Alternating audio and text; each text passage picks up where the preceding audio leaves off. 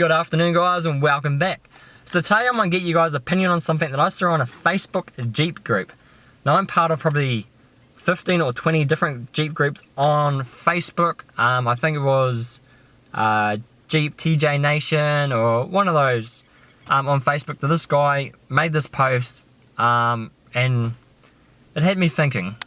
So I'll get you guys' opinion, but I'd like to thank everybody first who commented on my last video. If you guys want to check that out, it'll be just up here, about what videos and what content you'd like me to make in the future.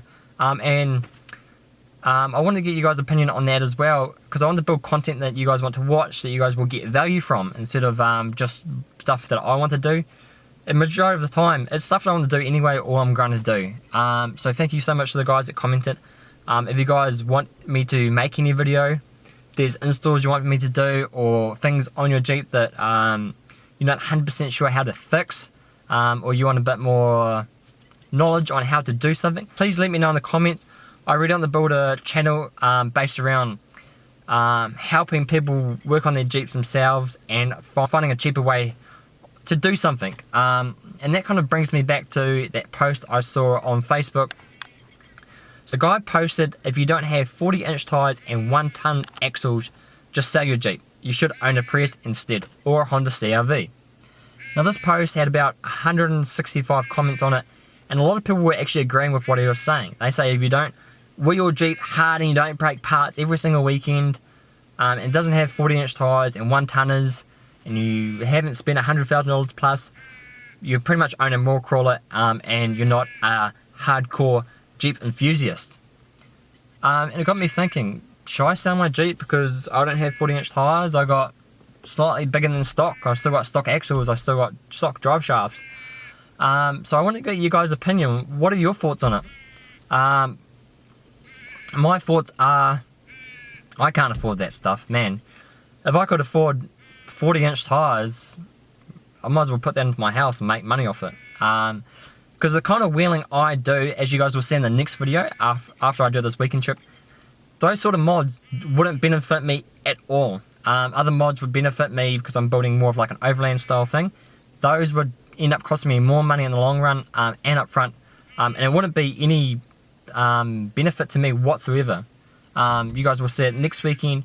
The sort of wheeling I do, you can do in a stock Jeep. I've seen people in two-wheel drive vehicles do it no worries. And where I live is mostly beach driving. It's not hard. There are a few inland tracks and hardcore four-wheel driving tracks, but nothing at all that require 40-inch tyres and 1-ton axles.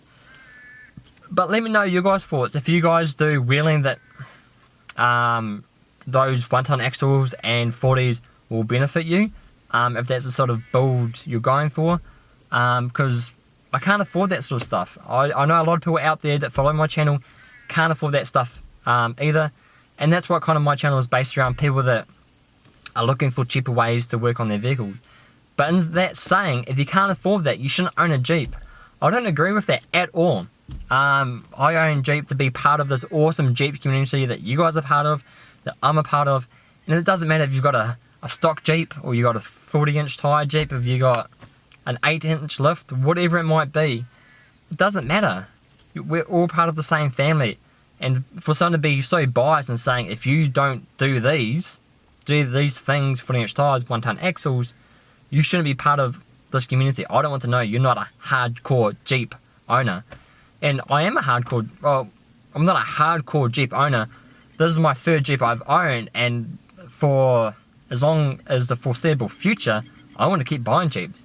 I'd love to have one of these warehouses here. Yes, I'm sitting on the side of the road making this video. I would love to have one of these warehouses here, just stacked full of Jeeps. I'd happily have like a Willys Jeep, an XJ, a TJ, a JK, a JL, a Gladiator, and keep building Jeeps and keep building my Jeep family, because that's what it is. Owning a Jeep is a family member to me, and for someone to say just because I'm not doing these certain things, I shouldn't own one, and I should own a Yaris, and I'm not a hardcore Jeep owner. But people are entitled to their own opinions, but it just didn't sit well with me, so I wanted to get you guys' opinions on that post as well. Let me know what you guys think, if those mods benefit you.